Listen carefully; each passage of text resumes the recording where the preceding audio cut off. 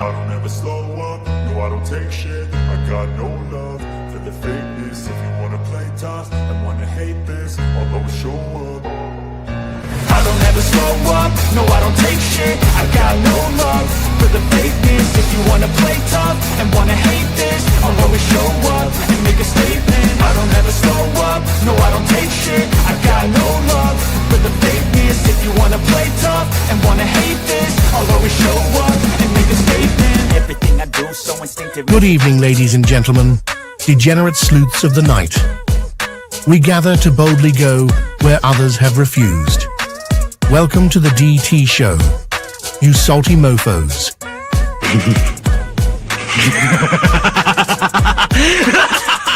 A man accused of killing 4 college students is behind bars, and he has ties to northeastern and central Pennsylvania.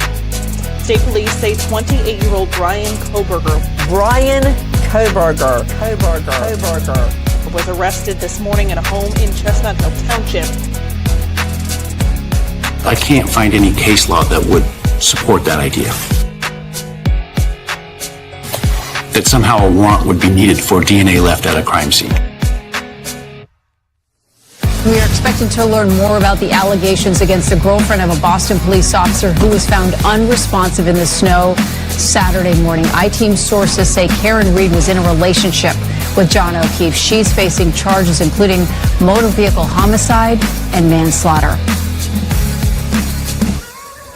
So, the Commonwealth just provided the court with information that causes me grave concern. The implications of that information may have profound effects on this defense and defense counsel.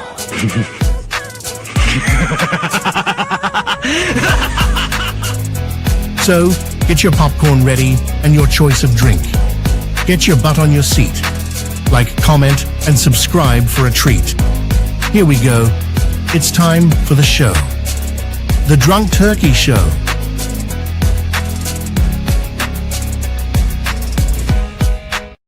What is up, everybody? Welcome back to the show. Good to see everybody. I want to say thank you to all of you guys for your great comments. I appreciate everybody that tuned in yesterday and got to see the interview between myself and Steve Goncalves. A very, in my opinion, powerful interview on his part. You know, the information he was able to bring to us, you know, and clarifying some of the information that a lot of people have been asking for a while. I think it was amazing on his part. I'm truly grateful that he gave me the opportunity to be the platform to express some of the things that he's been wanting to say for a while. And you know, I'm super fortunate for everybody that tuned in, and want to thank you guys for, you know, the amazing comments. I want to thank the mods last night that were on, you being rock stars. You guys were amazing. The members, subscribers, everybody that has joined. Thank you and welcome to the show and welcome to the channel. Today we're going to talk more about Bryan Kohberger and some of the documents that were dropped this weekend. I do plan on going live, maybe Sunday, referencing more about what Steve had talked about. We'll probably break down different parts of the interview and go a little bit more in depth into some of the things that I picked up when not only asking him some of the questions that I had, but listening to it again. And I think there's some clues there that kind of indicate to certain things that we might be able to connect some more dots. Real quick, thank you, Midwest, for your super sticker. We appreciate you. Thank you so much. I also want to tell you guys, I got it on already. The Drunk Turkey Show Idaho House Bill 37 t-shirt. You guys can get yours at bonfire.com/store/Drunk Turkey Show. And in between Drunk Turkey and Show is a little hyphen. So that's the way to get there. Link is in the description. You can get your t-shirt there as well. Make sure you go and check it out. Also, don't forget our partnership with DataSeal. If you have any concerns about your private information, whether it's your name, address, phone number, religious preference, voting preference, make sure you check out DataSeal. They'll wipe all that stuff off the interwebs. Get a 5% discount with the link in the description. So that being said, let's get into today's content. Let's talk about these new documents that were dropped. And the first thing that I wanted to talk about, and it was brought up last night in the live, was the fact that there was a witness list that is now sealed, and apparently that is being looked at by some as suspicious. Now, the first thing that popped into my mind when I saw this was, well, first and foremost, the fact that it's sealed, it's only sealed to the public. It's not sealed to the defendant. So he knows who's on there. Secondly, is the reason they would probably want to seal this is it could be something that could make a person who potentially could be a juror, it could taint them. And the reason being is, remember earlier on, there was the defense argued that they wanted Bryan Kohberger's family members inside the courtroom, and they argued that the perception of his family members not being there or anybody on his side could be outside of some weirdos. None of his family members on his side could be presented as he doesn't have anybody, and it could look bad against him. And they argued that they want to have some of the family members of Bryan Kohberger to be able to attend. And I think that the reason why they want this sealed is in efforts to protect that. Now, obviously, I think once a jury is selected and they are sequestered, there's going to be a lot of information that's going to be able to come out. The gag order at that point, because the jury is sequestered, I think doesn't really, hold any effect anymore. Correct me if I'm wrong. I know you guys will. But to me, the first thing that popped into my head is, one, they don't want it to look bad against Bryan Kohberger. We know they're going to ask some of his family members to come up. And two, they probably don't want, whether it's a Bryan Kohberger family member or somebody else, these people to be harassed or, threatened or any of those things. Let's just imagine for a second that if it was Bryan Kohberger's family member, and you have those that are, against Bryan Kohberger, who think he committed the crime, which he most likely did. He just hasn't been convicted yet. I'm not a judge. I'm not a juror. I can say I believe that he committed it. I digress. Until, he hasn't been convicted yet, but man, I forgot where I was going with that. I apologize, guys. In full disclosure, I have a massive headache right now. I was talking to one of the mods before the show. I have a migraine, so do forgive me. Well, anywho, I felt that if they would have brought in one of his sisters, okay, there we go. That's what I was going to say. Let's just say it's a sister. Well, now you have the pro-burger movement, right? You have a lot of these guys that, you can see in the comment section of the things that they said against Steve. You can see the things that they've said against family members, and anybody who disagrees with them. They're ruthless. They're ugly. They go after people. And, can you imagine a family member of Bryan Kohberger's being, looked at from both sides, I guess, the pro-burgers coming after her because, well, there's something there she's going to say that's negative against their bribery or whatever they want to call them. And, so to me, I think that's probably the main reason why they have done this, is just to protect the witnesses and also to protect Bryan Kohberger from being, from not having a fair trial. At the end of the day, I don't think that this case needs a lot, right? Like, for instance, a lot of people will look at certain cases and say, hey, we want to know more and more and more about this. This one, I'm fairly positive they got the right guy.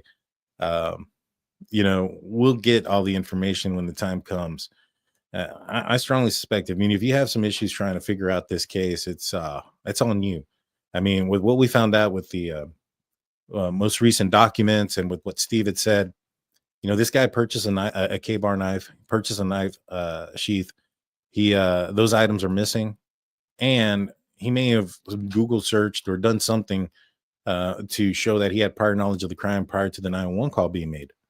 How much more information? There's DNA at the scene, and there's video of a vehicle that matches his without a front license plate. How much more evidence do you really need? That's just the bare bones. That's just the meat and potatoes of the evidence that they have. That's not counting everything else. It is the defense team that is arguing that there's so much evidence against them that they can't go through it all. And so if that ends up being the case, that there is so much evidence against Bryan Kohberger, well, if you guys are, do you guys really think that the stuff that you argue about that fits in a paragraph is really all they have? Probably not. Let's use a little common sense and put some 2 and 2 together right there and figure out that if you can write something in a paragraph and that's too much for Ann Taylor to go through, well, there's a problem there. All right, let's break this down. Let's go into what else was out there. So the first one is going to be the state's motion eliminating the text messages and 911 call. I highlighted the important parts of this document, and we'll go through those. Dylan and Bethany are two surviving roommates of the 1122 King Road. At the time of the homicides, they were believed to have occurred.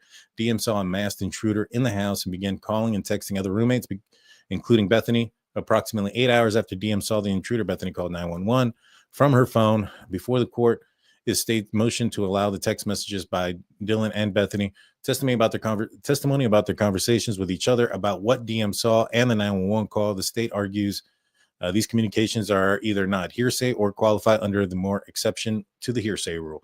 And so, first and foremost, this is information that the defense wants out.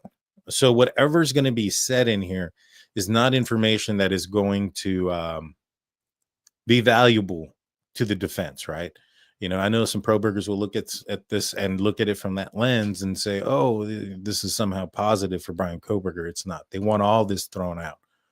Okay. All right, let's continue. Facts. After spending the evening out with roommates, Dylan, Bethany, Kaylee, Madison returned to their home at 1122 King Road in the early morning hours of November 13, 2022.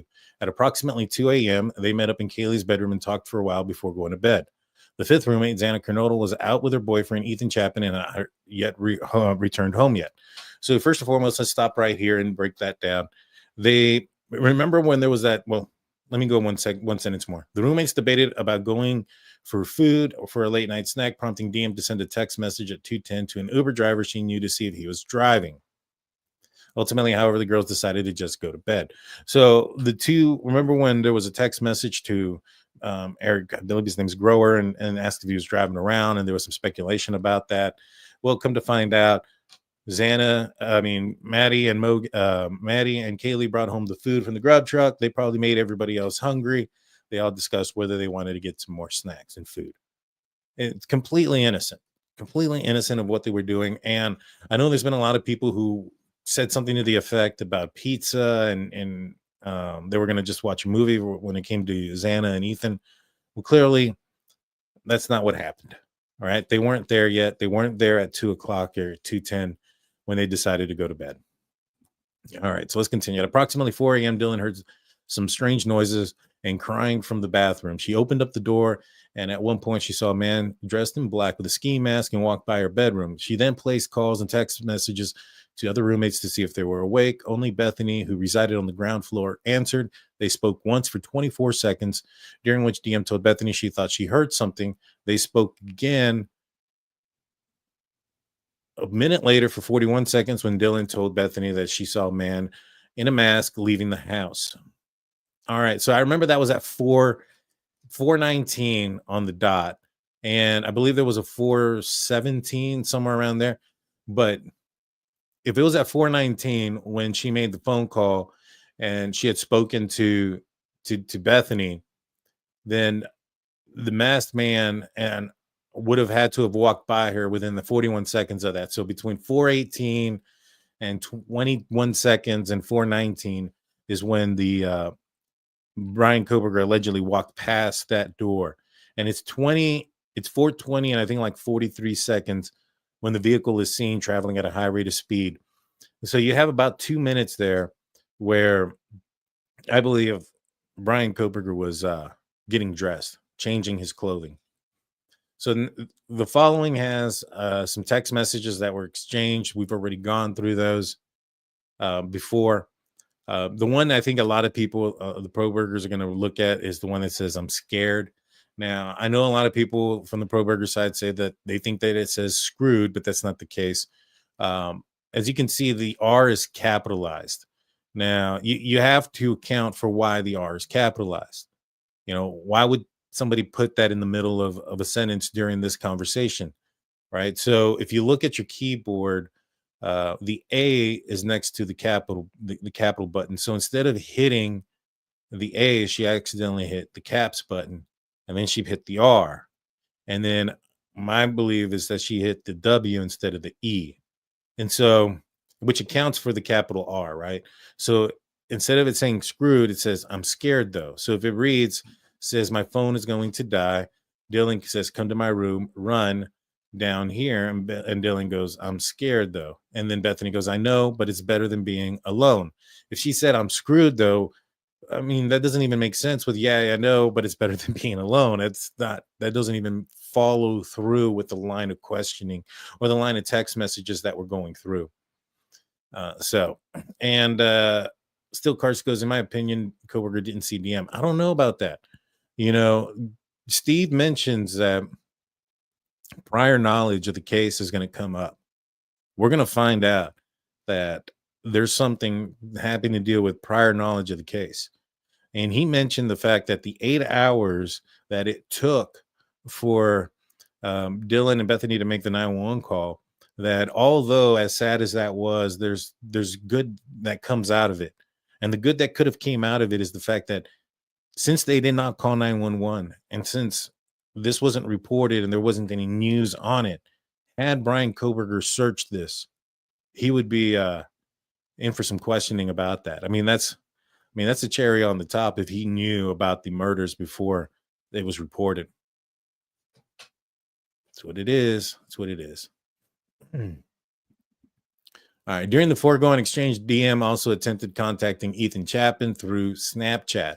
She again tried calling Kaylee and Xana, but neither responded. DM then exited her room and began running towards Bethany's. On her way, she noticed Xana lying on the floor of the bedroom with her head towards the wall and her feet towards the door. DM thought that Xana was drunk. So she sees somebody lying on the floor, somebody that she believes to be Xana. And what you don't notice, or what she doesn't say, is that she sees a lot of blood or any of those things. She just sees her on the floor. And it's dark. And I think they had talked about the lighting in that area. It was unknown if the only light that was there was that good vibe sign light. I think that was probably the only light on. If Xana was wearing all dark and her room was dark, if there was no lights on, no TVs, no nothing, you got to put yourself in her position there. She's probably just seeing an outline there on the ground. And so she's assuming that she's drunk. Once Dylan arrived at Bethany's room, they locked the door and both made additional unanswered calls to the roommates. At 4:32, DM texts Kaylee, please answer. So we have some footnotes. Bethany testified to her recollection that the content on these two phones calls before the grand jury. However, DM could not recall specifics on what was said. Okay. The typos and abbreviations are in original messages. DM testified before grand jury that the Instagram is a text messaging app that is used by young adults to communicate. So that's what she was trying to do on Instagram. Between 5 and 6:30, Dylan engaged in activity on her phone, primarily creating, editing, and deleting images and videos. Her phone activity then ceased until 8:05. When DM accessed Instagram for a few minutes, at 10 a.m., DM again accessed Instagram and communicated over Snapchat. At 10:23, she texted Madison, "Are you up?" She received no response. DM continues to access Instagram and Snapchat until 11:29, when she texted Kaylee, "Are you up?" Again, there was no response, which DM thought was strange because Kaylee and Madison were early wakers. DM continued accessing various social media sites, including checking Ethan and Xana's Snapchat, Snap Map locations.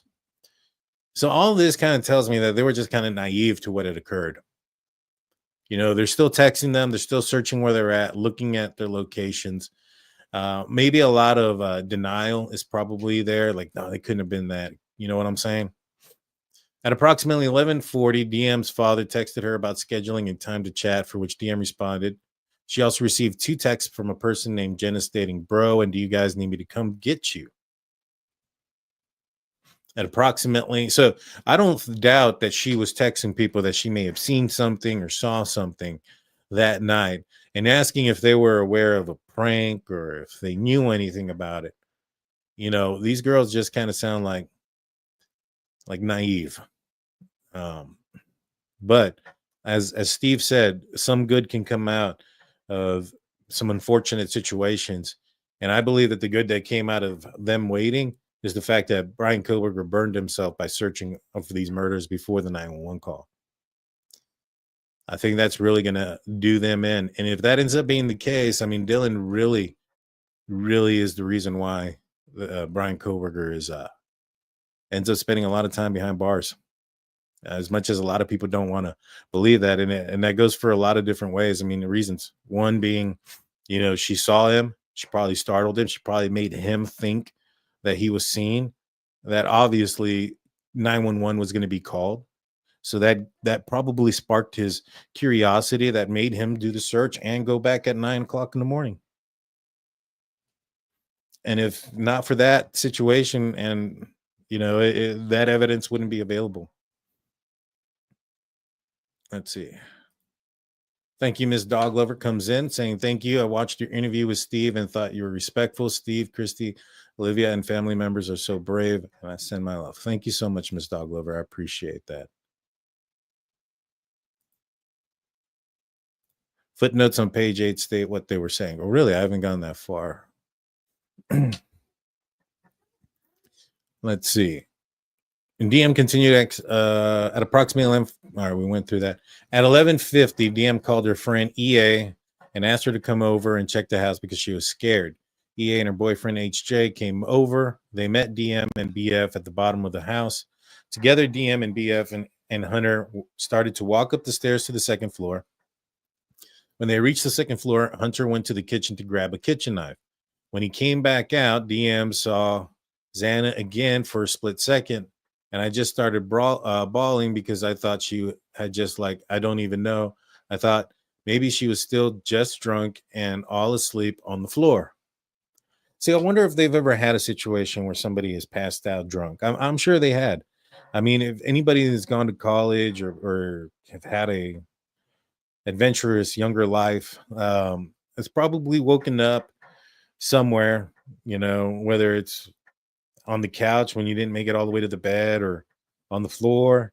I know some folks have woken up on the lawn of some places. And so I wonder if that is a common thing. I mean, when you look at the area and it's being described as the party area of the town, I wonder how often something like that would happen, which could confuse, you know, these young ladies. How's it going, CR? Welcome. Thank you for being a member for 2 months. Hunter told DM and BF to get out. EA, who started up the stairs, also turned around after Hunter Johnson instructed her to not to come any further. So Hunter didn't go back downstairs. He stayed up there. And, you know, we do hear in the 911 call where he yells out that it's him. He's probably seeing her in the distance on the ground, and he's yelling out like, hey, I'm coming up here. I'm walking to you. And sure enough, he sees what he sees. Hunter told Dylan and Bethany to get out. They both went outside shortly after. Hunter exited the house and told him to call 911. He was pale white, mentioning something about someone being unconscious. After 11:56, Bethany called 911. All right, so I got that wrong. So they go outside. He sees something, but he's not sure is basically what it says. It sounds like he's probably in denial too, you know, but he's telling people to call 911. He's pale white is what the way they described him. At 11:56 BF, Bethany called 911 from her cell phone and spoke to Carolina Calvin, the 911 dispatcher. Y'all don't give Miss Calvin a bunch of crap. I already can see that being a situation. The call lasted 4 minutes and 11 seconds. During the call, the phone was passed around to different individuals. So we already knew all that. And then it goes on the DM, then informed the dispatch that she was 20. And all right, so we already know all this. Let me go down a page here. All right. So Dylan texts the Uber driver. So these are the rulings on what is limited and what is not. And the state does, I mean, the defense does win a couple of these arguments. They won actually a couple arguments throughout this. I don't think that's going to make a difference, but they did win a few. So we'll go through that. DM's text messages to the Uber driver at 2:10:29, inquiring if he's driving. The court finds that it is not. The court finds it is not hearsay under IR 801. So they're going to allow that to establish a timeline.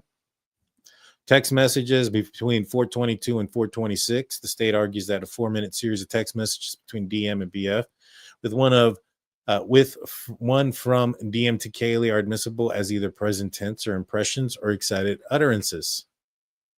Let's see. In addition, the events are sufficiently startling to both DM and BF for purpose of the excited utterance exception. DM and BF are young female college students and self-described scaredy cats of the house. So that was interesting. DM stated she was freaked out, scared, and confused, and BF attempting to get them together quickly for safety. They were clearly under stress and attempting to make sense of a frightening situation.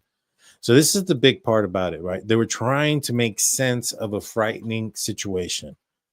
They weren't sure what was going on. That's the best way to describe what was happening. They were trying to make sense of what was happening, and there was a lot of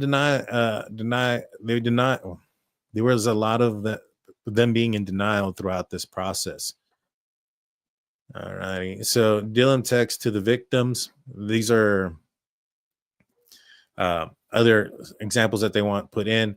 At 4:32, DM texts Kaylee, please answer. The state argues this text message is admissible as a present sense of impression and excited utterance. Let's see. At 10:23, DM texts to Madison, are you up? And an hour later, Kaylee, are you up? Or, you know what? I didn't read the part down here. I forgot. So it says here, her text states she was screwed. Considering the A is right next to the caps lock key and the E is right next to the EW, it is evident that those likely texting quickly and accidentally mistyped scared. I told you guys this. A long time ago. Is this psychic Daniel coming back again? I don't think so. But I think it's just more common sense Daniel than psychic Daniel. But I said this, and a lot of the pro-burgers were like, no, she said screwed, because they can't get beyond anything else. I said exactly this. Psychic Daniel strikes again. Yeah, I called this out 3 or 4 weeks ago when it came out. All righty, let's see. Defendant's argument ignores the fact that DM indicated to BF that the intruder was leaving the house, in which case is not surprising the girls did not want to run outside, had the thought crossed their mind at all. And then it says, even if there was an assertion, it would qualify as present tense impression or excited utterance. DM had just seen a masked man in her home minutes prior after hearing unusual noises, and none of her roommates other than BF are responding to her calls and text messages. Her fear is evident in the words she uses. Please answer. There's a lot less request and assertion and more of desperate plea made out of concern that something is wrong. And they are not barred by IRE 801. All right, DM calls and text messages from others. The state contends that text messages between DM and her dad and text messages from JM and the Vandal alert are not hearsay because they will be offered simply to show a timeline for the morning and the early afternoon. In addition, the state notes that the phone call from DM to EA is not a statement and therefore not hearsay. The court agrees and will allow evidence for purpose of a timeline. Verbal communications between Bethany and Dylan. The state next contends that it intends to ask Dylan and Bethany at trial about statements they made to each other. For the extent DM and BF seek to testify about the content of the calls and the text conversations about what they perceived during the 4:30 time frame, they could potentially be admissible under the exceptions cited by the state. However, the state must establish the fundamental requirements for such proffered statements. The grand jury testimony does not appear to include any conversations between them after 4:19 to 4:37 time frame, and the state has not pointed out any out. Thus, to the extent they testified to oral conversations they had after they woke up the next morning, the court will reserve ruling and consider hearsay objections at that time. The 911 call. So part of the 911 call is going to be barred, but a lot of it isn't. The part that's going to be barred is the parts that have to do with Emily, I believe, EA. And it's the part where it says, oh, they saw somebody in their house, because that was not something that she had seen, and it was something that she was told. So they're going to allow that one to be redacted. DM's attempts to explain the events, where her saying, I really don't know, but pretty much at 4 a.m., they're going to allow that. No, actually, they're not going to allow that because it's not present tense. I expect it's not admissible, so they're going to redact the fact that Dylan says at pretty much at 4 a.m. But I don't think they need that. They have a lot of other evidence to determine that at 4 a.m. something happened, right? It's not just that. It's not just that. Oh, well, the 911 call, she says at 4 a.m. No, there's more to it. There's more to it. Let's see.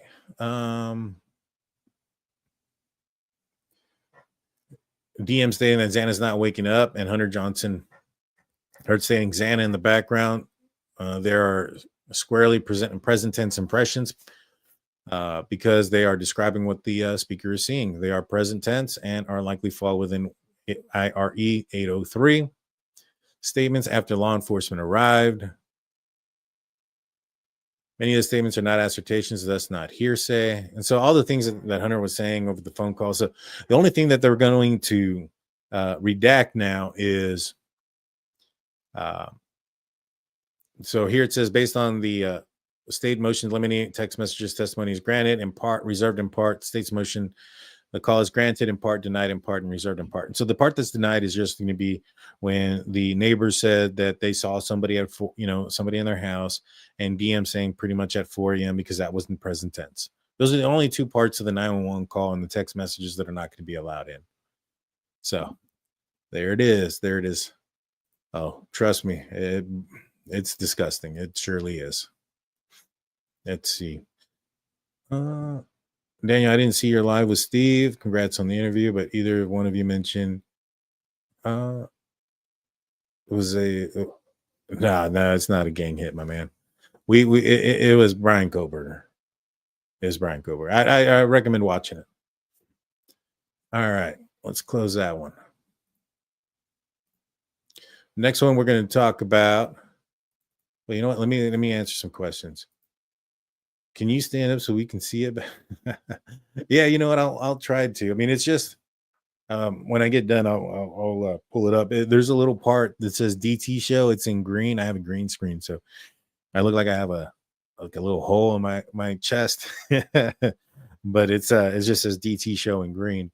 But yeah, I can definitely do that here in a little bit. Front and back. Ooh, I don't know. I'm in a smaller place. Footnotes, page 8. Yep. All right, cool. Perfect. Okay, so the next document that we have is the defendant's motion to strike the death penalty, autism spectrum disorder. Having been recently diagnosed with autism spectrum disorder, ASD, by a clinical neuropsychologist retained by his defense team, the defendant seeks to strike the death penalty as a sentencing option, arguing it violates his constitutional rights.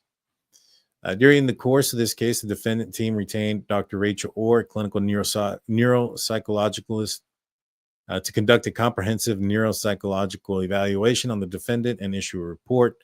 Dr. Orr interviewed the defendant, immediate family members, and other relevant adults from the defendant's childhood, including former teachers. So again, I think that Steve mentioned that Bryan Kohberger's mom had something to do with his whole autism stuff. Well, this is probably it, getting the former teacher stuff and all that other things. I mean, I believe that they worked in the school district, Bryan Kohberger's parents. I think his dad was a custodian and his mom worked at some sort of I don't know if she was a teacher or not, or a sub or administrator, but she was working there. So I wonder how much maybe people were helping her. I don't know. She gathered information on the defendant's history, made behavioral observations, and administered cognitive tests based on her evaluation. Dr. Orr diagnosed the defendant with autism spectrum disorder level 1 without accompanying intellectual or language impairment. The severity of ASD is based on 2 criteria. There are 3 levels of severity, which correlate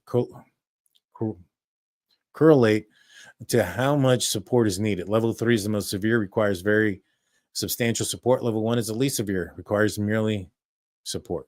As to the first criterion, Dr. Orr noted that reported the defendant's family and peers reported the defendant displayed atypicalities and difficulties in social settings dating back to early childhood, including the inability to adjust his behaviors to suit social context, poor social reciprocity in conversation, issues with nonverbal behavior like personal space, and limited ability to take perspectives of others. She notes that these difficulties played a role in the eventual termination of his funding for his graduate program. Boom. So this is what I have been saying for a while. Psyche Daniel strikes again. That the defense was going to come in here. They're going to try to use this autism stuff in efforts to throw out some of the things or to limit some of the things that he was doing, his disturbing behaviors. This right here says that why he got fired for his job was because of autism. And so they're trying to limit the prosecution from bringing in all these witnesses, all these women who had problems, all these women that he was stalking, the ones that he ended up putting apps on their phones, or the ones that he ended up breaking in and then installing cameras and using their Wi-Fi to spy on them after he convinced them to put the cameras in. You know, all these things, his arguments with his professor, his altercations with his professors, the how uncomfortable other students felt around him going back to high school, other female students, to the point where, remember, he was taken out of the LE class. He didn't even finish high school, guys, and in person. He finished it online.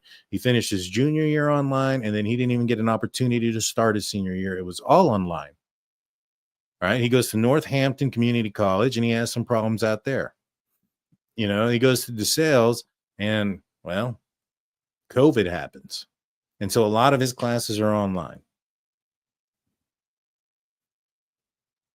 But either way, there was still some issues, and these issues have followed him going back years. And these guys don't want any of that information to be used against him. And so they're trying to associate it with his autism. I said this is what they were going to try to do, and this is what they're doing. At the time of his arrest, he was pursuing a PhD criminal justice and criminology at Washington State University. And so they don't want any of that information to be used against him, which would also include, like, the fact that he called in the day after the murders. Right. You know what I'm saying? So they're sneaky, man, but they're not that sneaky. I mean, if I saw this coming, I strongly suspect the prosecution and the state did. In her personal evaluation of the defendant, Dr. Orr observed the defendants demonstrated some typical social behavior, such as fairly consistent, though intense, eye contact, polite demeanor, and social conventions, shaking hands upon greeting. He engaged in conversation and was never overly inappropriate. However, Dr. Orr also, you see, that's the other thing. It's what they claim as inappropriate is bullcrap. So he did a cognitive test. And after he did the cognitive test, he said something to the effect like, "Oh, that was fun." And she's like, "Oh, that's an inappropriate response, because cognitive tests can't be fun." I mean, what some people find fun and what other people find fun are two different things. Like me growing up, I used to love to do math. Math was my thing. I like numbers and etc. You know, I'll play a game called Minesweeper a lot. And I'm pretty good at it. It's a game that makes you think, and you have to use strategy and a bunch of other things. But math is a huge component to that game, in efforts to do well. And so I would assume that, you know, somebody who likes those type of games, cognitive tests, IQ tests, those type of things that challenge your mind, you know, some people find those things as entertaining. I don't think it is at all inappropriate to say that it was fun. Now, what an inappropriate comment would have been, you know, something disparaging or disrespectful, something to that nature. But, you know, they want to throw in overly inappropriate as to say that he did say something inappropriate to align with the fact that they're trying to say that he is autistic. But it's not inappropriate. All right, let's continue. However, Dr. Orr also noted social behavior consistent with reported by others, such as lack of fluidity in his verbal interactions, awkward comments, or abrupt responses, inconsistent with understanding, acknowledgement of humor, and occasionally intense gaze. Remember, Steve mentioned something to the effect that one of the females who he was inappropriate with would just stare at her and made her so uncomfortable throughout the entire time that they were in class. It's not just while you're talking to them, it's something else, like a predator almost. She noted he had poor reciprocate. These words in my freaking headache. Interaction, including very frequent refocus and conversation back on his own experiences or unusual responses to my sharing. She also noted that his lack of close friends and his poor insight into his role into his role in relationships. Then nobody liked him. He had no friends. I mean, that's not something that was a secret at this point. He was a guy that apparently was bullied when he was overweight and then became a bully himself. And I don't know. I mean, he scared a lot of people. Rightfully so, given what he is alleged to have committed. Dr. Orr further observed deficits in the defendant's nonverbal communication, noting poor integration and verbalization and eye contact. Well, you just said, wait a minute. How did he have poor eye contact? And yet, earlier in your document, mentioned that he had intense eye contact. Jesus. You can't, they're even contradicting themselves, the dang doctor. Anything to make Kohberger look one way. It's just bullcrap. Call BS. Limited use of descriptive gestures, restrictive range. Let's see. At an early age, defendant social psychologist recommended that he be evaluated for ADHD and Asperger's disorder, now ASD. He was clinically diagnosed with ADHD only. I wonder what early age that was. And how does that have to do with anything when he was 27 years old going on 28? Let's see. Shelley comes in saying the fact that AT doesn't want an independent psychoanalysis of KB says a lot. Yeah, 100%. Especially if your expert has to contradict themselves in their own report, in the same report. It's astonishing.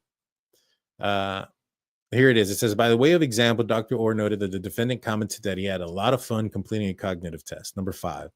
And that number 5 was, verbal interactions, awkward comments, or abrupt responses, et cetera, et cetera. All right. Limited use of descriptive gestures, restrictive range of effect, atypical tone. As to his speech, Dr. Orr observed that the defendant was generally clearly articulated and his speech was appropriate in rate and volume. You just said it was inappropriate earlier, but overall monotone. His language was generally appropriate in content and form and with extensive vocabulary, but not overly formal, often over-inclusive and disorganized, and highly repetitive with frequent scripted phrases. By way of example, Dr. Orr noted that the defendant often used the phrases objectively speaking, mind you, to be fair, moral of the story. So if you use like phrases like things of that nature, this, that, and the third, if you can't connect these dots, you shouldn't be looking at dots. That makes you autistic. Then I guess we all know somebody here who uses a lot of the same phrases like that. I guess I must be autistic as well. This is ridiculous. This is a reach. As a second criterion, Dr. Orr found the defendant exhibited all 4 of these behaviors. He engaged in occasional subtle rocking of his upper torso while seated and scripted and repetitive language. He appeared fixated on routine or timing of breaks and procedures during the examination. He also demonstrated rigidity in his thinking and behavior, perspective ideation, wanting to know the results of his testing. So that's interesting, wanting to know the results of his testing. A lot of people say that he waived his extradition rights because he wanted to know what it is that Idaho had on him, because he couldn't see what the PCA was until he got back to Idaho, and was highly interested in circumscribed topics such as forensic psychology, intellectual topics, and Murakami, which I don't understand what they meant by that. There's a lot of different things that represent that Murakami. In the Discord, guys, if you're not, a member, highly encourage you guys to be a member. You guys can go check out our Discord and become part of the conversation. We put out some interesting stuff about what Murakami could be. Maybe it's one of those. I don't know which one it is, so I'm not going to speculate too far into it. She also noted that he was highly distracted by sounds or activity occurring around him and frequently looked side to side to monitor his periphery. So I wonder if his highly distractedness by sounds or activity is one of the reasons why he may have forgotten the knife sheath. He was distracted. As a result of being easily distracted, he needed instructions repeated to him. Defendant's neuropsychological profile revealed a high average intellect at a baseline of his full scale IQ score of 119, which is in the 90th percentile for his age. I wonder what it is for like just everybody's age, where 119 falls. 119 for his age of 28, 29 when he took this test, probably. Cognitive defendant showed strong verbal abilities, abstract reasoning, memory, concept formation, and reading skills. However, he displayed a weakness in executive functioning, such as planning and cognitive flexibility, impulse control, organizational approach. He displayed weakness in impulse control. He tended to wait a minute, such as planning. How can he show a weakness in planning when he developed that plan in May of 2020 for his final about how to investigate a crime? Again, the things that he has done recently does not jive with what they're trying to say. He tended to perceive information in a piecemeal manner rather than look at the whole picture. Well, he's probably talking about his defense. Oh man, there's 22,000 white cars, or my DNA could have gone there a number of ways, or I could have lost service. You know how I tell people that a pro burger will look at a statement and it'll look at it like a problem where it's like 5 + 5 + 10 + 10, right? And I'll say that 5 + 5 + 10 + 10 is 30, but a pro burger will say no, because 5 + 10 is only 15. They don't look at the whole picture. They only look at part of it, fragments, so that way they can make an argument. It sounds like that's what he's doing here. Ultimately, Dr. Orr found the defendant was clearly neurodivergent individual manifesting all the social behavioral features of ASD. As noted, the defendant was assigned to a level 1 diagnosis without intellectual impairment, which is the least severe. Dr. Ellen Ryan, a board-certified psychiatrist retained by the defense team, agreed with Dr. Orr's ASD diagnosis after conducting a comprehensive forensic psychiatric examination of the defendant. She observed the defendant is highly intelligent and has a factual understanding of the proceedings against him. So they did talk about what was against him, the penalty he is possibly facing, pleas, and the roles of the courtroom personnel, etc. So he's talking about plea deals. That's interesting. I wonder if any of the pro burgers caught that. I doubt it. The defendant, intelligent and has a factual understanding of the proceedings against him, the penalty possibly facing, and he's talking about the pleas. So he's talking about a plea deal, or at least, why would he be talking about a plea deal? You know what I'm saying?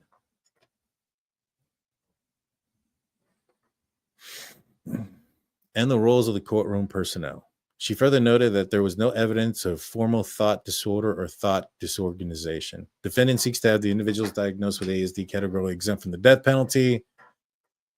No court has ever found ASD to be categorically death disqualifying diagnosis. The state is correct. First, intellectual impairment, a hallmark for intellectual disability, is not present in the diagnostic criteria of ASD, and no court has ever found the two to be equivalent. Second, the defendant has not presented any evidence of national consensus as to whether the death penalty is a disproportionate punishment for individuals with ASD. And they go into a bunch of legal stuff. I'm not a doctor, so I don't really want to go into a lot of it. Let me make sure I didn't. The defendant is an example of a highly functioning individual with ASD. The diagnosis is not accompanied by an intellectual or language impairment. He has an IQ of 119, graduated with his master's program with a 4.0 GPA. At the time of the homicides, he was enrolled at a doctoral program. His experts described him as highly intelligent, having strong verbal abilities, abstract reasoning, memory, concept information, and reading skills. They noted no evidence of formal thought disorder or thought disorganization. He understands the proceedings against him and the penalty he is possibly facing. He is generally and clearly articulated and demonstrated some typical social behaviors, such as fairly consistent, though intense eye contact, polite demeanor, and social conventions. There is no indication he is susceptible to false confession, nor is there anything approaching a confession in this case. To the court's understanding, in fact, Dr. Ryan notes the defendant continues to adhere rigidly to the belief that he will be found not guilty. Let me not like that. Notes the defendant continues to adhere the rigidity to believe he will be found not guilty. While he is noted to have a flat effect and other physical mannerisms that can potentially be interpreted to the jury as lack of remorse, Atkins demands more of a reduced capacity than this. Further, any danger that the jury will interpret his effect as a lack of remorse can be mitigated by addressing his ASD and voir dire through expert testimony and evidence in the penalty phase. So take that for what it is. And the defendant has not established a national consensus against the execution of individuals with ASD. Defendant argues categorically. Let's see. And let's just get down to defendant. No.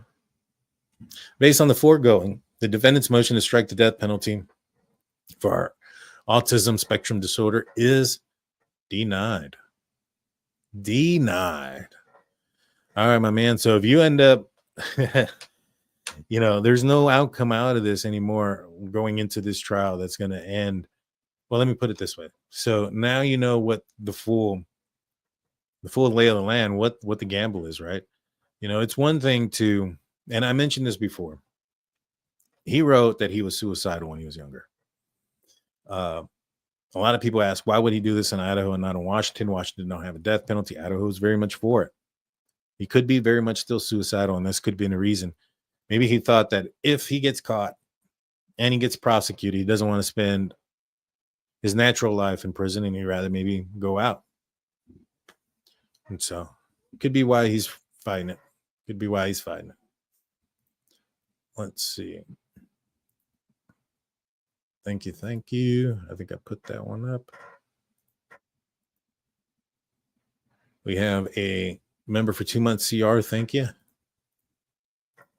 Amanda comes in with a super sticker for $24.99. Thank you so much, man. We appreciate you. Thank you so much. You guys are amazing. And Shelly comes in with a $7.99. The fact that ET doesn't want an independent psych says a lot. 100%. 100%.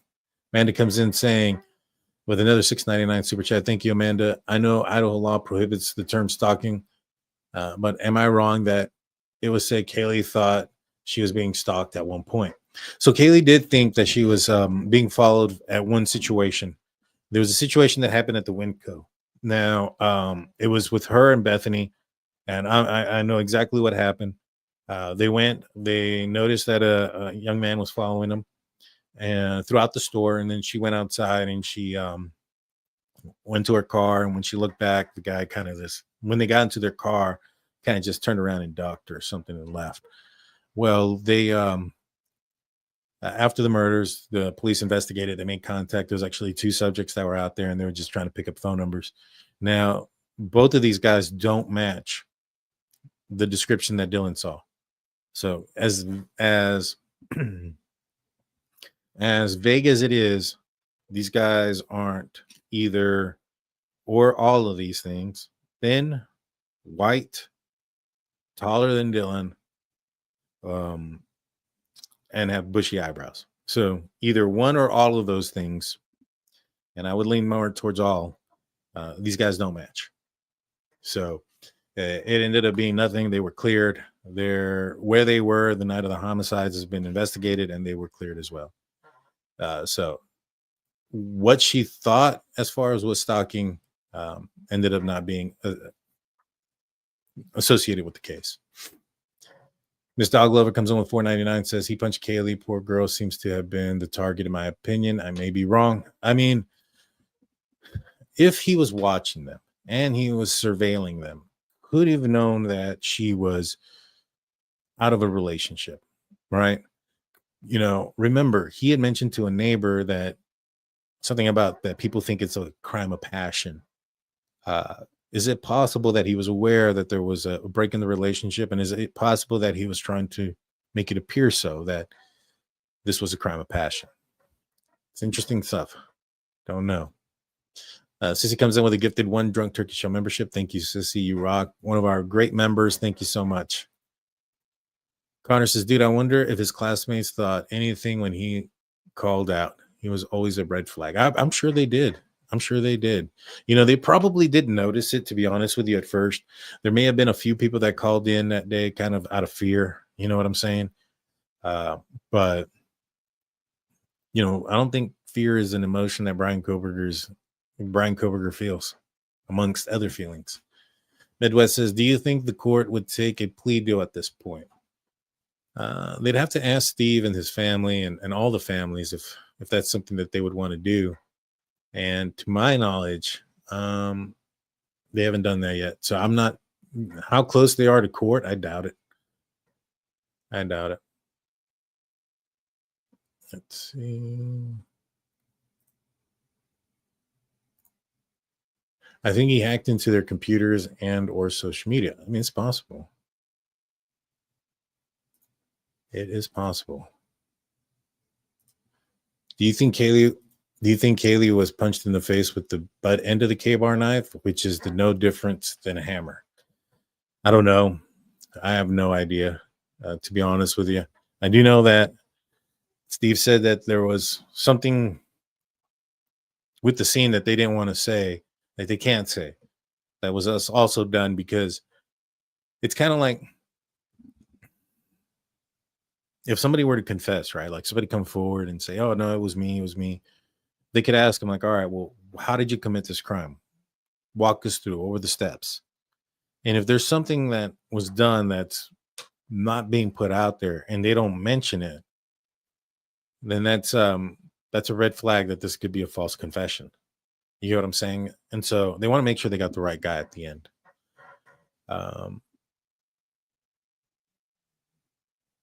Let's see. Did I misunderstand that Steve said that morning after the crime, Bryan's phone search history showed that he looked at the crimes before police were called? So what he had said was that things happen, even sometimes when things happen that aren't great, like the delay in the 911 call, that even good can come out of it. And then he mentions prior knowledge of the crime and being comfortable in going out there at 9 o'clock. Now, he didn't say that he did. He didn't say that he searched it. But he said those three things. And you can kind of connect those dots to indicate that, all right, he was comfortable to go back out there and he had prior knowledge of the crime. How can you prove that he had prior knowledge of the crime unless, maybe he told somebody? But, I doubt it. I think somebody would have came forward like, hey, that guy mentioned it before. And he drives a white Elantra. Well, anyways. So it's probably a search.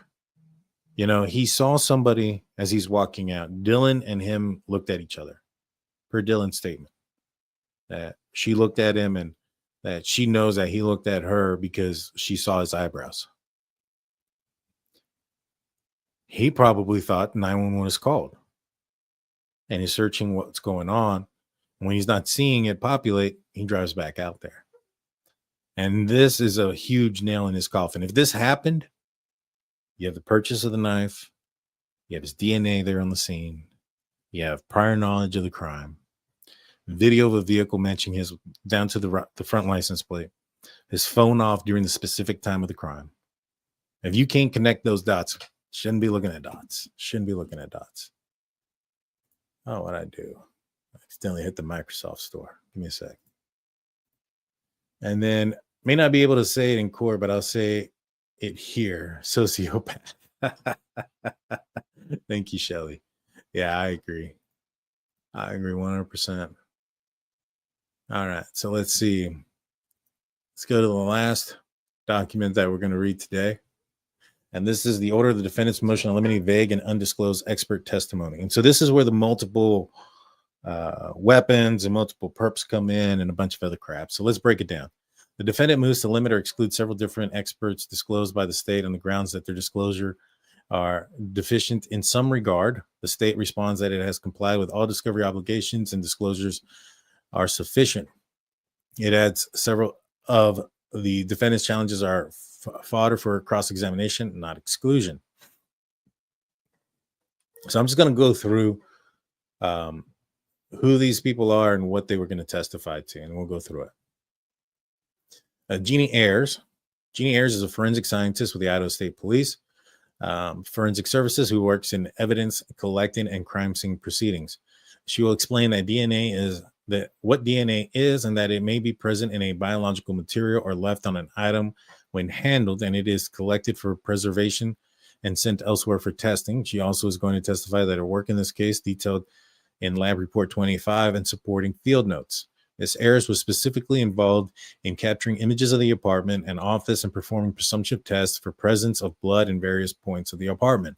Her rebuttal testimony concerns ISP crime scene investigation procedures generally and ISP forensic teams processing of the crime scene at 1122 King Road, including identifying areas that contained probative evidence. In addition, the lab report and field notes of the team's work are referenced by Bates within the disclosure.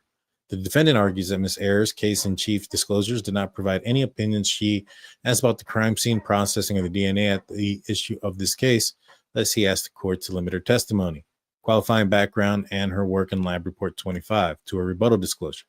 The defendant argues again that it fails to provide any opinion about the crime scene investigation procedures and does not clearly state what she did in processing the residents and what her opinion regarding her work. The defendant challenges misapprehended type of expert Ms. Ayers is. I love this judge. The defendant challenges misapprehend the type of expert that Ms. Ayers is. Much like law enforcement, Ms. Ayers is a hybrid fact expert witness as opposed to a traditional expert. The testimony is factual in nature, despite the fact that it requires special knowledge, skill, experience, and training. Her testimony will be allowed as disclosed. So they lost. Bryan Kohberger's team lost. Next one, Nick Balance. Nick Balance, the FBI Special Agent Balance, was primarily involved in the analysis of cell phone records in the investigation. He has disclosed to testify the state's case in chief about his analysis of the AT&T cell phone records. For the defendant, Madison Mogen, Xana Kernodle, as well as his own driving testing measurements to determine the use of general locations of their cell phones between June 2022 and November 2022.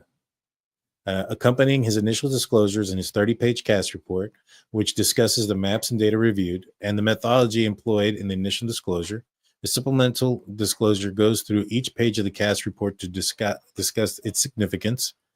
He will discuss topics pertaining to how cellular technology works, particularly how cell towers operate and how cell phones connect to the towers.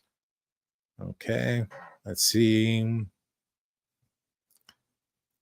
In challenging Agent Balance's case-in-chief disclosure, the defendant provides affidavit of his cell phone data expert, Cy Ray. They're still using him. They're still using this dude, man. This guy just likes to be beat. Oh my gosh.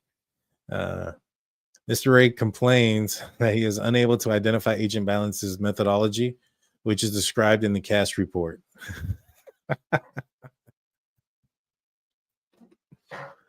Mr. Ray complains he's unable to identify the balance, his methodology, but it was described in the CAS report. Man, I love this judge. Mr. Ray states that the CAS report omits data and or fails to mention how certain AT&T data was utilized in his analysis, namely handoff data and driving test mapping, and why some data was ignored. He asserts this omitted data and methodology is exculpatory, and without it, he cannot fairly analyze his Agent Balance's work. According to the state, it discloses sufficiently identifying balances, opinions, and facts and data relied upon the defendant concerns are fodder for cross-examination.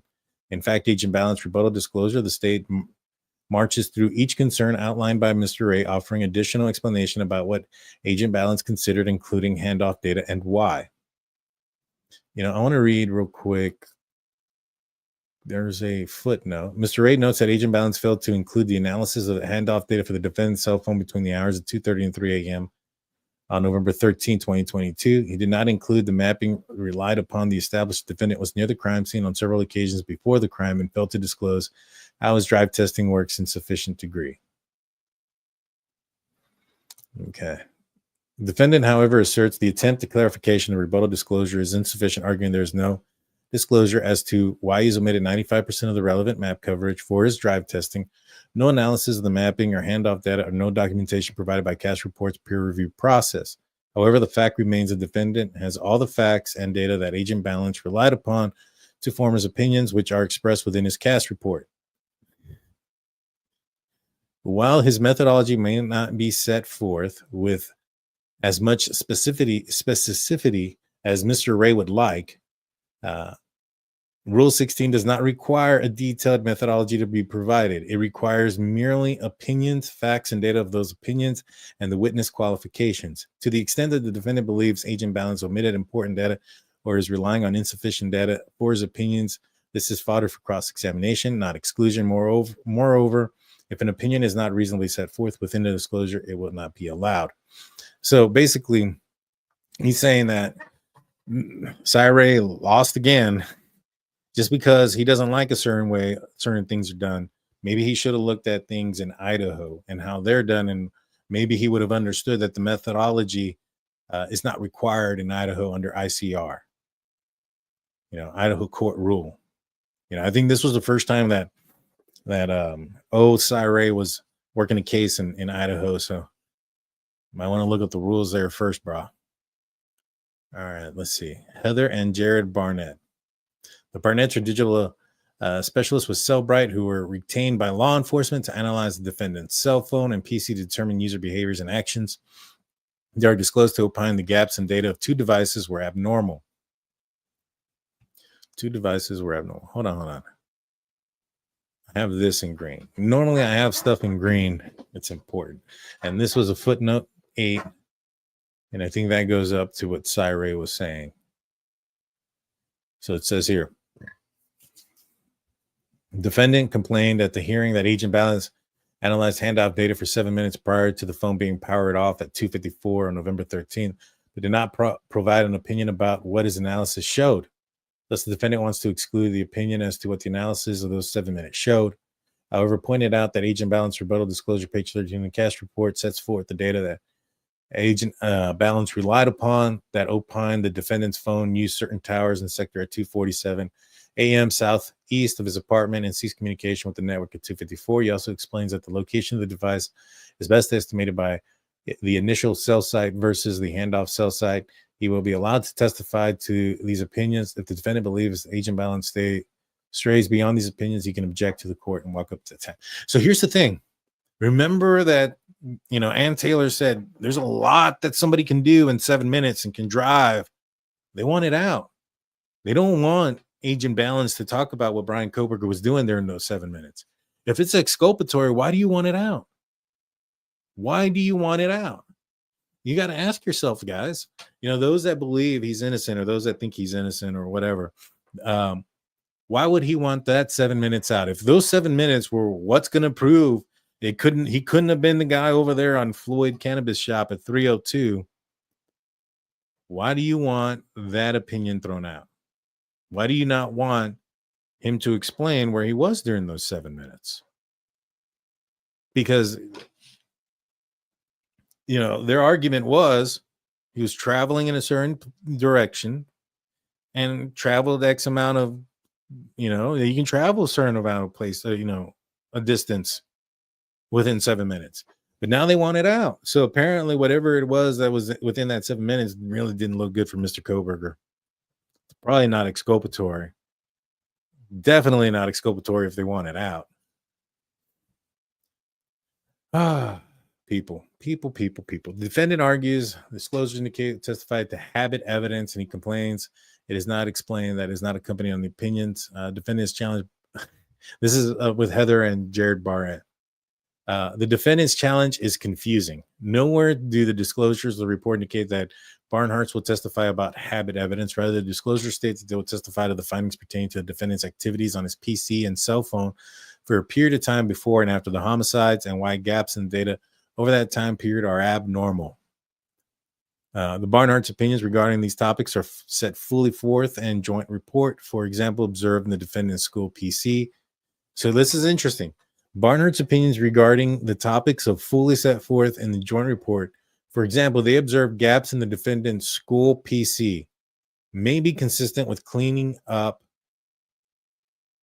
or using anti-forensic methods to clear evidence.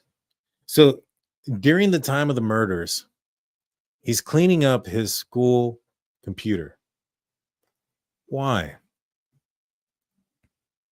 Remember, he was at during those 7 minutes, he was out there by Southeast Nevada Street.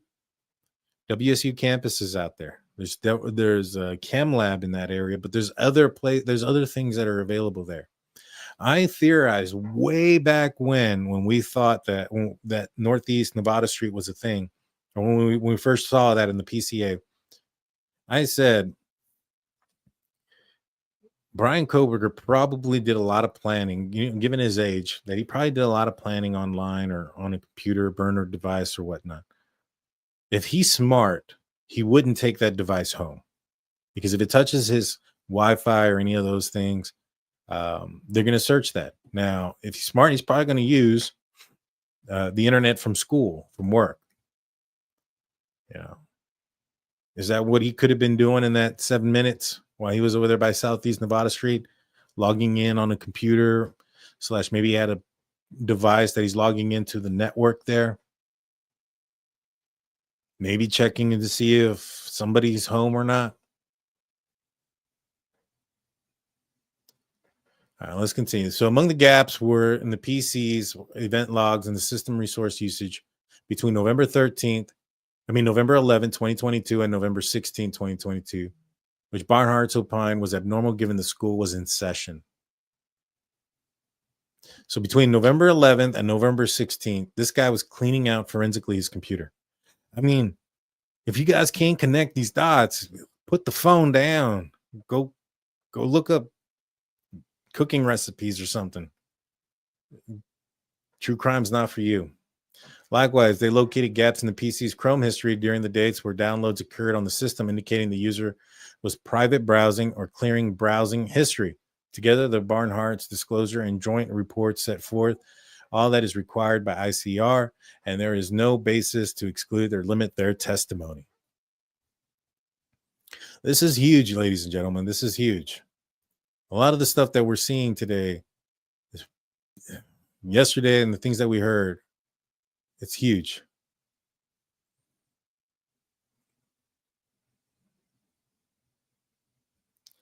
The state submitted the following disclosures for the Barnhart initial disclosure.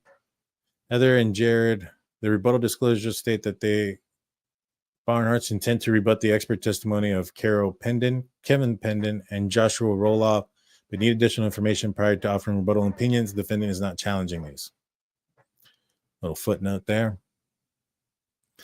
Michael Douglas. Mr. Douglas is a forensic accountant for the FBI and is disclosed to testify to the financial transaction data for the defendant, 4 victims, and 2 of the roommates. His supplemental disclosure identifies more specifically the financial data associated with the defendant that he intends to discuss and identify video evidence showing the defendant's ATM withdrawals. So we're going to get to see the video of Bryan Kohberger at the ATM.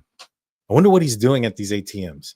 That is so important for this case. I wonder what he's watching, where, if he's pretending while somebody's behind him or somebody's next door. I wonder if there's any ATMs out there by the Mad Greek. What ATMs are they talking about? The defendant contends that Mr. Douglas should not be able to offer opinions because none of the express or disclosures, none are expressed in his disclosure. Specifically, the defendant notes that Mr. Douglas' supplemental disclosure indicates he would testify on analysis of the defendant's spending habits.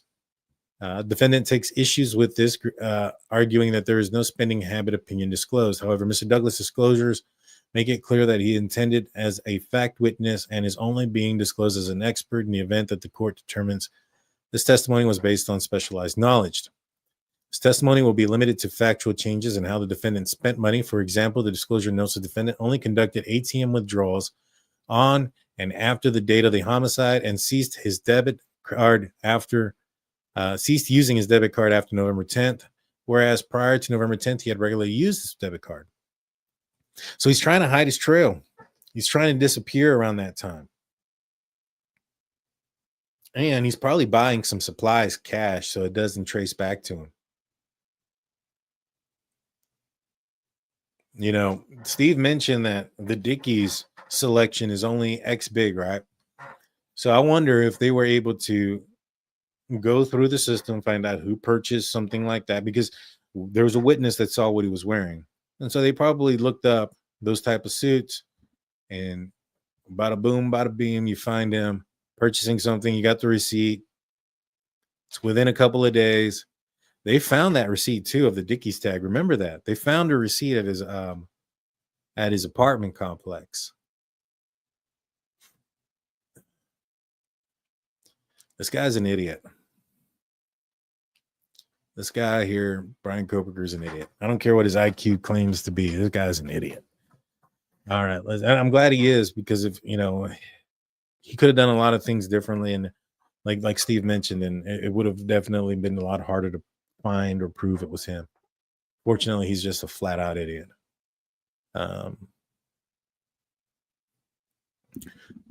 There's no indication he will attempt to opine about the reasons for the spending changes, just that they occurred. Thus, there's no basis for excluding or limiting Mr. Douglas' testimony based on these concerns. And there's 12. Without more, the court concerns relevancy. Okay. Shane Cox. Cox is a litigation and regulatory manager for Amazon.com. His initial disclosure states Cox will testify to the content of documents produced by Amazon to law enforcement pertaining to Amazon account associated with the defendant. Documents include an order history between January 5th, 2022 and December 13th, 2022. Click history and sign-in history for specific dates in that time. Mr. Cox is a fact witness and will not be offering opinions on the documents apart from explaining what documents show and outlining disclosures. There's no basis for his exclusion. Shelly comes in with a $2.99 super chat saying he's a loser. I agree 100%. Cash grabbing so he's not traced by his debit cards, 100%. Thank you, Shelly, for your super chat. Thank you. Does anyone know whose IDs were found in Bryan's glove box? I will say that I did ask that to Steve, and he said that they weren't our victims. So take that for what that means. That wasn't in the interview. I had asked him that a while ago. I asked him, hey, do you know anything about the cards, the IDs? And he just said, all I know is they weren't our victims. What, could they be other victims? Victims of what? Maybe a break-in. Those have been accusations that have been out there. I don't know. But our victims was the term that he had used with me. All right, Darren Gilbertson. The defendant disclosed expert opinions from Trent Turvey that more than one assailant was necessary to accomplish the crime in the time frame alleged. He asserts that there is direct and indirect evidence that attempts that were made by the suspects to clean up the crime scene after the homicide, which would have taken far longer than the time interval alleged by the state, and that there were multiple weapons used against Kaylee Goncalves, Xana, and Ethan appeared to have been attacked at the same time. Through his other expert, Rachel Orr, the defendant also submitted evidence that he suffers from developmental coordination disorder, which has resulted in deficits in the fine motor dexterity, and visual motor function. His attorneys have argued in other motions that these deficits render it not possible for Mr. Kohberger to have acted with the speed and coordination required to commit the crimes. in the time frame alleged by the state. However, this has not been disclosed as an opinion of any other defendant expert. So not one defendant expert has testified or is planning to disclose as an opinion that Bryan Kohberger could not have committed this crime in this time frame and the speed. Not one of his experts is willing to say that. Not one. BS. This is a complete BS. And if this is as close as you're going to get to a flat out lie from Ann Taylor. And this guy was running a 6-minute mile. He did kickboxing. He he was not limited at all physically. In the rebuttal, the state disclosed that Detective Garen Gibson, a lead investigator for ISP in the case, the disclosure indicated that he will testify that he and other investigators conducted a timed runs at 1122 King Road to gain and understand the approximate time needed to have carried out the homicides. It was performed to determine if one person could carry out the homicides. His opinion will be that, sorry, dyslexia kicked in there for a second. Depending on the suspect's pace and route, he could have carried out the crimes in approximately 2 to 4 minutes. When people were saying 7 minutes, 10 minutes, 11 minutes was too long, is he an assailant or a ninja? I thought they were crazy. I was like, how slow do they think he's moving? Is he moving in water or quicksand or something? Like if you walk out to one side of your house and briskly walk just in a straight line to the other side, how long does that take you? A few seconds? I mean, if you walk out to the street, and unless you live out in the county on an acre property, if you live on a regular, 10,000 square foot lot, how long does it take you to traverse from the street to the front door, or from the back, from the side of the house, if you're on a corner house? Because at the end of the day, these victims, they lived on a corner street, and so there was parking all around that place. It's not that far. The house was not that big. There was a situation that occurred, I believe it was in Australia, where a man had stabbed 16 people, killing 6. And I think he did this all in a matter of like 12 to 13 minutes. And I want to say a large amount of that time, like 8 to 10 minutes of that time, was him running away from law enforcement. And all he used was a knife. And none of his victims were asleep and intoxicated. They were all alert, and this was in a business, and they weren't intoxicated. So these people that think that it would have taken longer, I mean, how long? Like, what are they thinking that he's stabbing like this? I don't get it. I don't get it. It don't take very long to take somebody's life with a knife. It's unfortunate, but to be honest with you guys, this isn't the movies. Life is very fragile, and people can lose their life very, very easily. And when you have some psychopath with a 7-inch knife in his hand and probably another weapon in the other, it's not going to take very long. Let's see.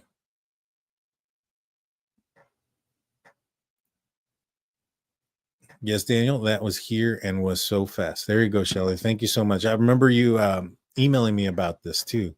If you don't mind telling people where it was at. It was within a few minutes. This guy had stabbed like 16, 18 people, took the life of 6 in less time than Bryan Kohberger was out at that house. And none of those people were asleep or intoxicated. But, the pro-burgers will believe anything. The defendant argues that Detective Gilbertson's testimony should be excluded because the state has failed to disclose how Detective Gilbertson is an expert in timed runs. You need to be an expert to do the timed run. Like even if for instance, they got a guy that matched Bryan Kohberger's physical abilities, right? Because who's to say that Detective Gilbertson can run a mile in 6 minutes? You'd have to get somebody who was capable of doing that. And you're going to explain to that person what to do. They don't need to be an expert. The relevance is minimal. The important data was not disclosed, and the opinion carries a risk of juror confusion and prejudice. Blah, blah, blah. The defendant claims that Detective Gilbertson was already familiar with the house when he did the experiment, and additionally, the house has been vacated. The defendant also notes that the house has been torn down, so he is not able to conduct his own tests. Oh. Whether how are you gonna act confused and walk around aimlessly for for 12 minutes, 13 minutes, so that it passes the time. I don't get it. But let's continue, because let's continue. It says whether detectives Gilbertson's opinions are relevant will depend on what Mr. Turvey and Dr. Orr opine at trial. While Turvey does not specifically state in his report that one assailant could not have accomplished the murders in a short time frame alleged by the state, he infers that as much through his opinion that there was evidence of a cleanup efforts at the crime scene, which would have taken significantly longer period of time. Further, while Dr. Orr's report does not opine as to what deficits in fine motor dexterity or visual motor function the defendant suffers from, to the extent that she testifies to these deficits at trial, it may render Detective Gilbertson's opinion relevant to rebut any inference the defendant could not have single-handedly committed this crime in less than 15 minutes. The court has indicated that a separate order of the defendant's assertion that the deficits in the fine motor dexterity and visual motor function rendered in his difficulty or impossible for him to commit these crimes. That was a little footnote of what they had put earlier. Further, given Detective Gilbertson's role as a lead detective for ISP in the investigation, he is qualified to offer his opinion on suspected movement throughout the crime scene. In addition, there does not appear to be a disclosure violation due to lack of underlying data. It was simple experiment consisting of timing. Detective Gilbertson moving through the house at a slower speed and at a faster speed. The routes were described as well as his pauses to simulate the number of stab wounds each autopsy showed. So they account for everything. It's not just the mere fact that the detective walked up to the third floor, waited there for a few minutes or a few seconds, turned around and walked down, walked to the Xana's room, waited there and paused for a few minutes, turned around and then walked out. They simulated each stab wound per the autopsy. Now, what you also have as a reference is blood splatter. Now, I know that perhaps there's not going to be a ton of it in there because of what they were wearing and where, how some of the victims may have passed drowning on their blood, meaning that there was internal bleeding and blood into the lungs, which is something that, remember, Howard Bloom said that there was a slice to one of the, I think, Ethan's neck. And I said that based on what I knew from the injuries of the persons, that was possible. Getting sliced in the throat, blood's going to go into your lungs. You're going to cough that up. And that is what I have seen evidence of, the coughing up aspect. So those things are prevalent. That's evidence that is there. I've seen it. And that's going to limit, I guess, also like it being everywhere. But if there was multiple stab wounds, as indicated, when he pulls the knife out, there's going to be some splatter going behind him and around. Those things are going to indicate where he was when he made those swings. And you can, based on that, the autopsy injuries, and also witness testimony, you can align what happened that night with a fair amount of accuracy. Now, what he used to clean up or anything like that, I don't know. Dylan says thought she saw a vacuum cleaner in the guy's hand. I mean, it's possible that he tried to do something, but again, what kind of person is thinking about that, right? Cleaning up the crime scene after a violent quadruple homicide in the manner that he had it in. It's a certain type of person. It goes back to the means. It's not something that is done by some drunk college kid that's love drunk, that's upset because his girlfriend's moving away. Not the sign of, roided out fraternity guys that want to fight Ethan. That's not a evidence of something like that. That doesn't usually come together like that. So his routes were described as well as his pauses to simulate the number of stab wounds of each autopsy shown. It does not appear there are any photographs or recordings of other data not already described therein. As for the defendant's concerns, they are baseless. Baseless. As far as the defendant's concerns are baseless. Title of the show, Baseless Claims. Sorry to scream at everybody, but that's what it is. It's baseless. The state represents that there was no structural changes to the house when Detective Gilbertson performed his experiments. The fact that it was vacated or that Dr. Gilbertson was familiar with the home, which would presumably allow him to conduct a faster time run, is fodder for cross-examination, not exclusion.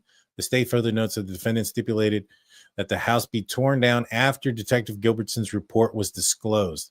So Bryan Kohberger was cool with the house being torn down after he was aware of this report being done. So for him to say, "Oh, I can't do my own test now," get out of here, dude. Guilty SOB. Get out of here. Thus, any concern of prejudice in the regard of his own doing.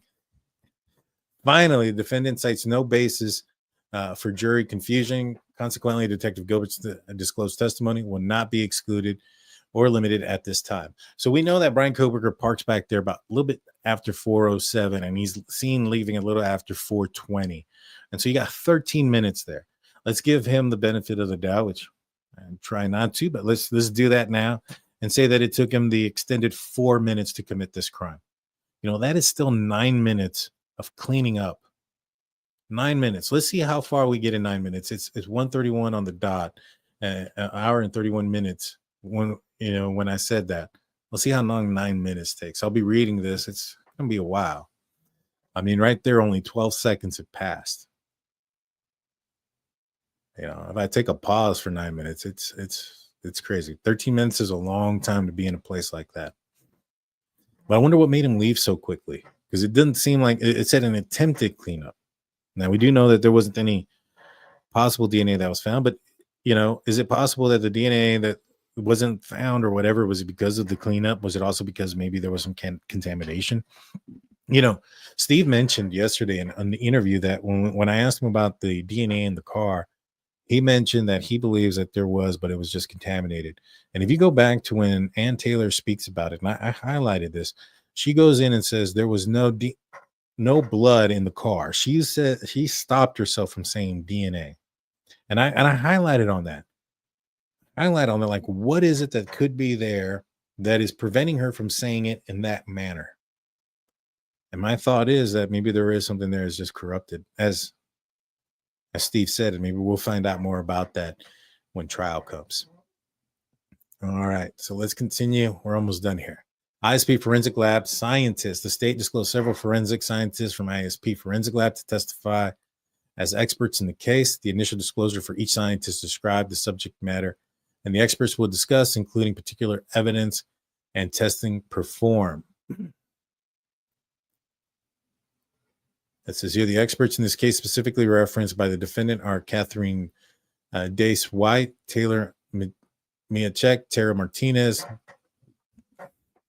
Jade Miller, et cetera, et cetera, et cetera. The analysis herein applies equally to the defendant's challenge raised for the first time in his reply brief to forensic toxicologists from an NMS lab.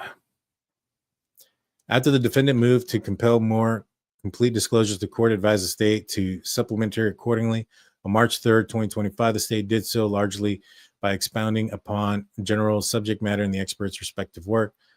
They did not add any new opinions. The defendant can, if scientists testify to something that is not disclosed in their disclosure lab reports, the defendant can object in trial. There is no basis for prospectively limit their testimony now. The next one, it's all green, so that must mean there's something good here. I read this like 2 days ago, or yesterday, before I went live.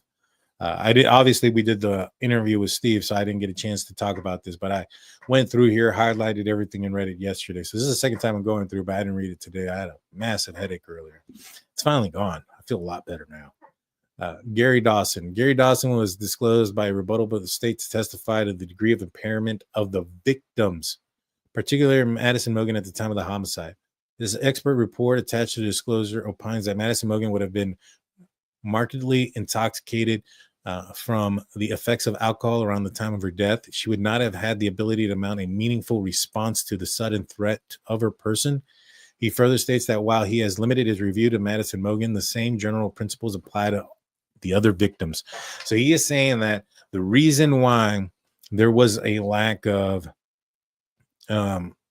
defensive wounds or fight back, or even skin cells under Madison Mogen's hands and things of that, or fingernails, is because they were all really, really drunk and they could not fight back.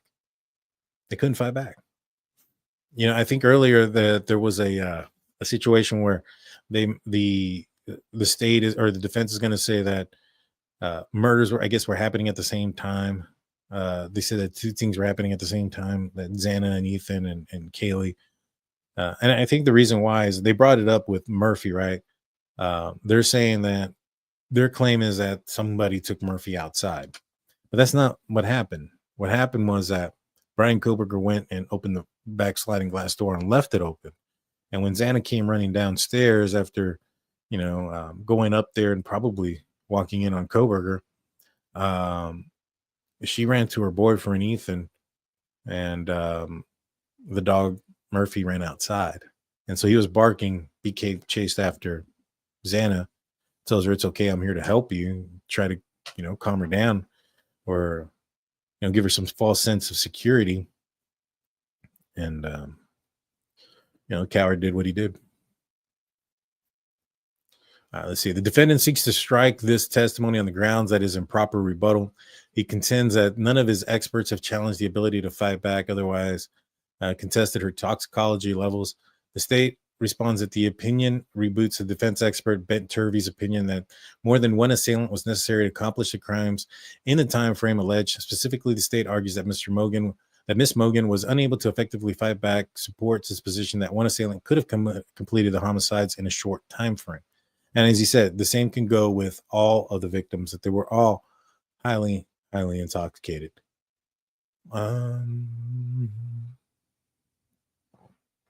The rebuttal evidence is evidence which explains, repels, counteracts, or disproves evidence in which has been introduced on behalf of the adverse party. Mr. Turvey has opined in his report that two assailants were involved in the homicide, particularly because he believes multiple weapons were used against Kaylee Goncalves. See, here it's only against Kaylee. It's not against Ethan or Xana.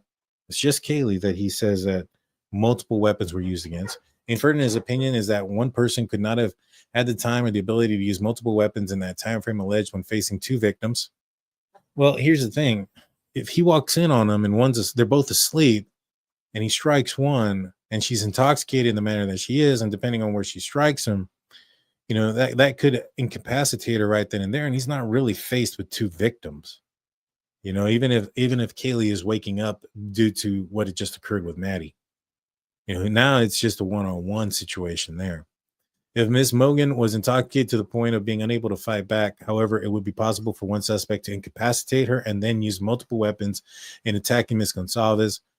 And I think that's important because remember, he mentioned in his report that there might be something there to throw off law enforcement. This is on the May 2020 report that he had written about investigation. He also talked about the back door and checking for DNA on the doorknob and stuff.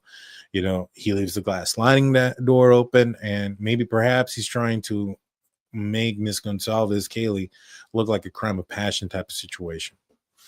However, whether Dr. Dawson's opinion is relevant depends on how Mr. Turvey's testimony unfolds at trial. Consequently, his disclosure rebuttal opinion will not be excluded or limited at this time. So big drop there for the state. They're allowed to testify to this. All right, let's see. Lawrence Maury and Jeffrey Tanzola, Neil Orig. Detective Maury, Agent Tanzola, and Detective Orig are forensic detectives who were involved in the investigation case. Detective Maury may testify to any subjects identified in his reports and identified tests of chain of custody, extractions, electronic data files, location records, identifiers, and multiple materials made available by the defendant. There are approximately 50 individual devices, electronics, accounts, and digital data listed in the disclosures about whether he will testify, and will opine that he found no connection in the material linking the defendant to devices and data he analyzed.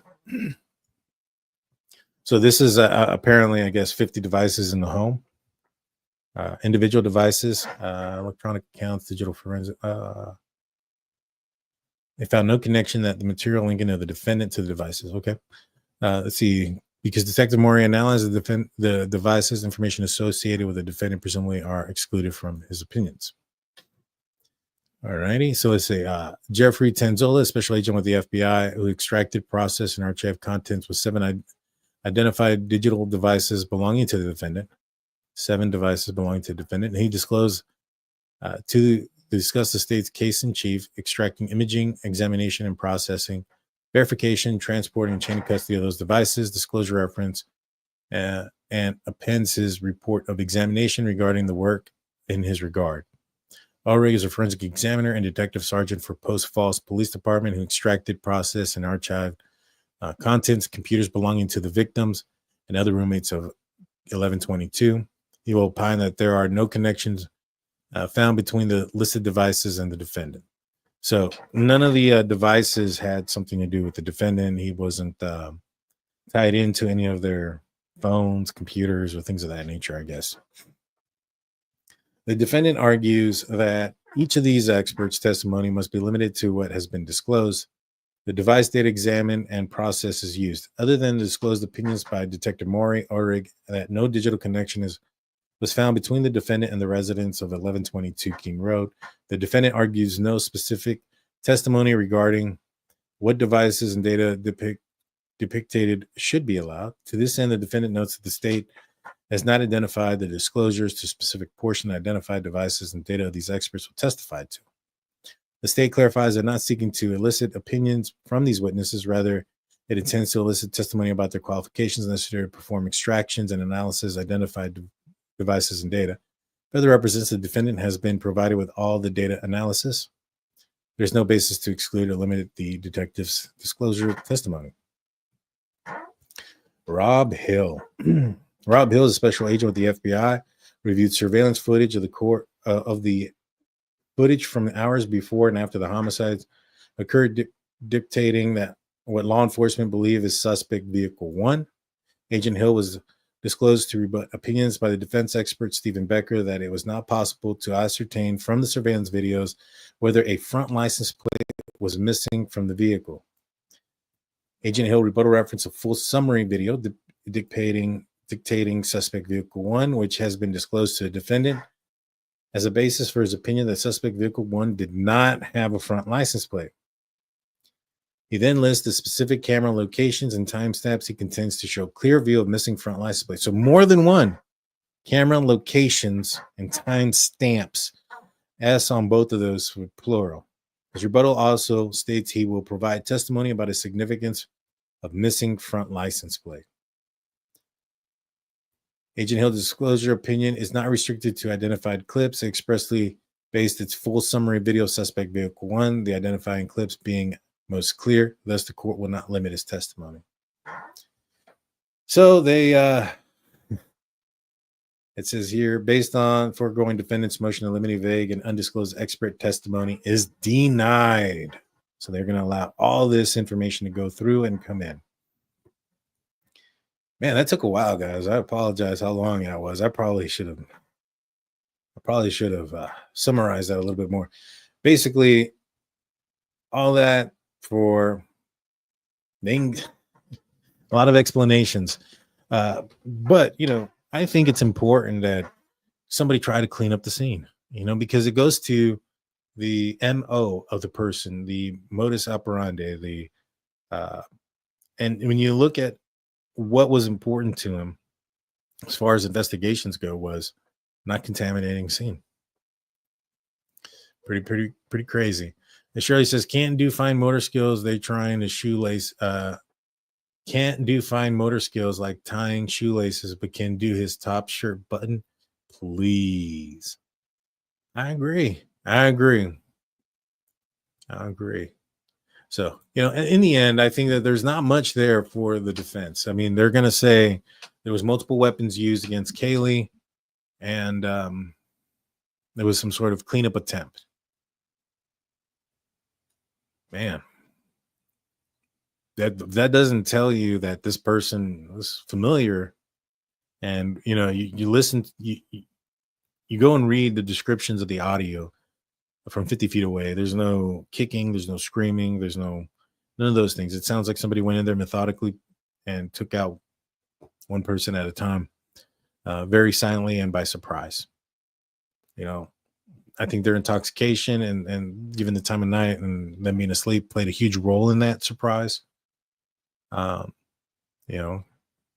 which is why Kohberger probably picked that time frame, being the coward he is. And yeah,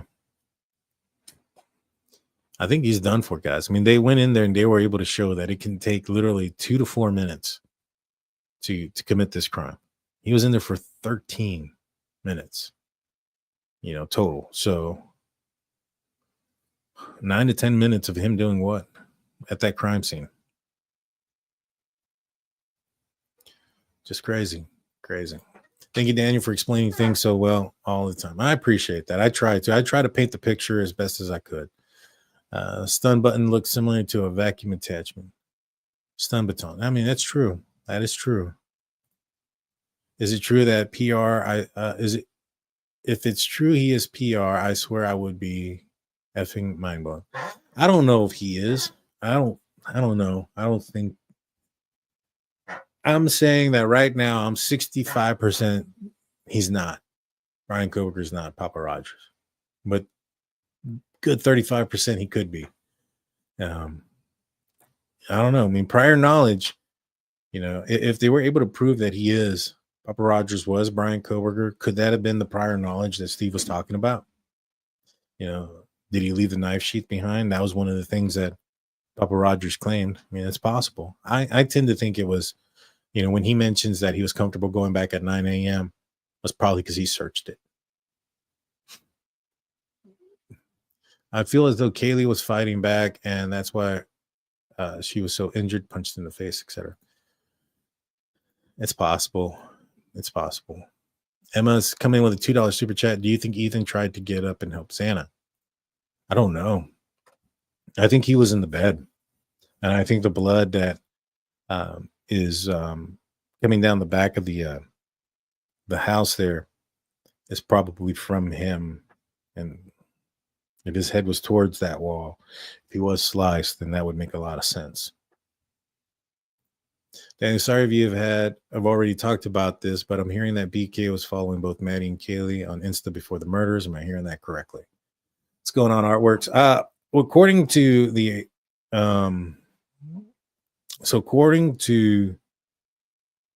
Andrew Garrett documents, it appears that he was following them.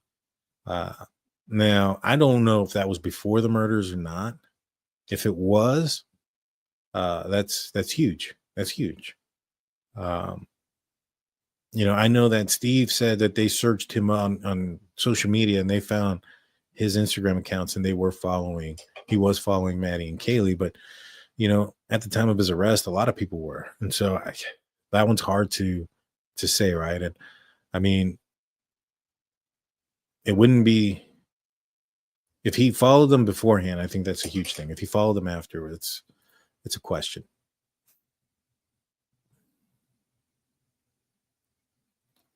Let's see. Only 99 cents. Yep. To be a member. If you're talking about being a member, let's hit that join button. I know the first one that pops up is like a different one, but you can choose between the options.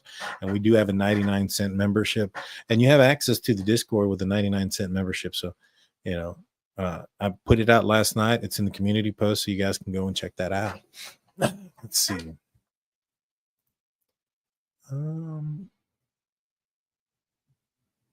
Let's see. I want to thank everybody that's been here. You guys are amazing. Please hit the like button, hit the subscribe button, ring that notification bell. Steve did say he was following him. That's true. That is true.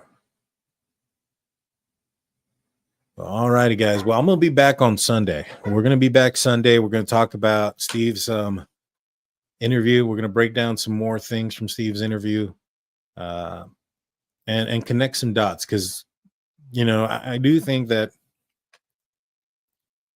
although that it was recorded, and we did send it out to the lawyers to make sure that we didn't violate any court orders or gag order, and then we played it. I think there's some things that he may have put out there without putting it out there to not violate the court order. Like the prior knowledge stuff, being comfortable going at 9 a.m., those type of things, I think there are more things outside of that. I highly encourage you to go listen to it again. And then even again after that, you'll pick up on some of the things he's trying to say. You guys know about 60% of what I know now. And I know probably about 15% of what police know. And I think we can figure out a little bit more based on what Steve may know and with these documents. So I'll be back on Sunday. We'll talk more about it. Please hit the like button, hit the subscribe button, ring that notification bell. I'll see you guys next time. Peace out.